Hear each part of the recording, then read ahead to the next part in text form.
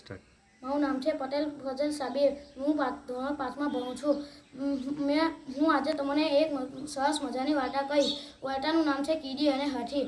એક મોટું જંગલ હતું. જંગલમાં એક કીડી અને હાથી રહેતા હતા. તે બંને પાક્કા મિત્રો હતા.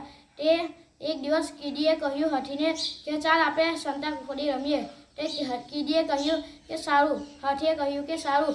પછી કીડીએ એવું કીધું કે હું 1 થી 10 સુધી એકલી ગણીશ, તું સંતાઈ જા. તે કીડી 1 થી 10 એકલી ગણવા માંડી અને કહ્યું કે હાથી તું સંતાઈ ગયો. તે પછી હાથીએ કહ્યું કે હા હું સંતાઈ ગયો. પછી કીડીએ પાછળ જોયું કે હાથી તો બધા ઝાડની પાછળ સંતાયો છે અને એને મળી પણ ગઈ. એના પગ, એની પૂંછડી, પગ અને બધું મોઢું દેખાતું હતું. અને કીડીએ કહ્યું કે તને તો સંતાતા પણ નથી આવડતું.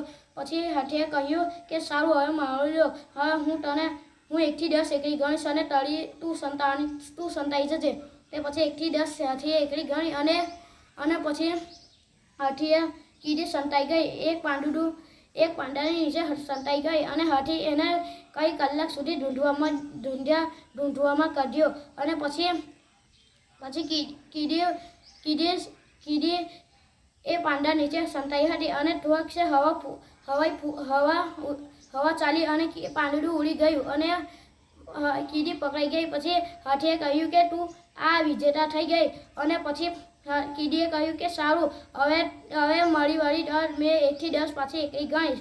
પછી 1 થી 10 એકલી ગણી અને હાથીને કશું મનમાં આવતું ન હતું અને એ એક યુક્તિ વિચારી અને પછી એનું મોઢું અને પગ એક જગ્યાએ સંતાડી દીધા અને ગોળ પથ્થર જેવો બની ગયો.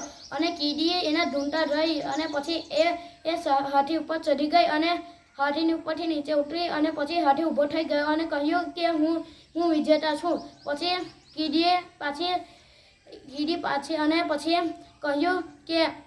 કીડીએ કહ્યું કે એક વિજેતા તું થયો, એક વિજેતા હું થઈ. અને પછી એ બંને હળીમળી રહેવા માંડ્યા. પછી એક દિવસ આ વાર્તા પછી એ શીખ મળે છે કે આપણે હંમેશા હળીમળી રહેવું જોઈએ.